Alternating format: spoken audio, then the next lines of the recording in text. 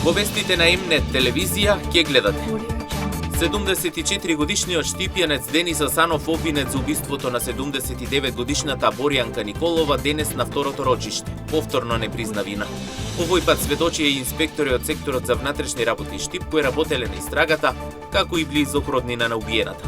Следното рочиште е закажано за 3 април во 9 часот и 30 минути.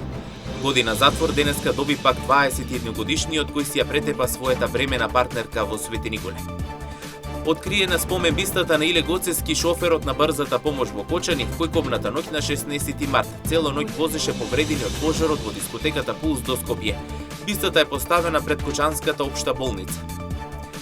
Реализирана првата обука во државата за нарачки на учебници преку електронски систем денеска во Штип. Обуката ја реализираше Министерството за образование и наука преку нивната педагошка служба. А на истата присуствуваа директори од повеќе основни и средни училишта од Истокот. Дејан Здравков, новиот директор на Основното општинско училиште Димитар Влахов во Штип. На директорската позиција тој доаѓа на местото на досегашната директорка Невенка Величкова.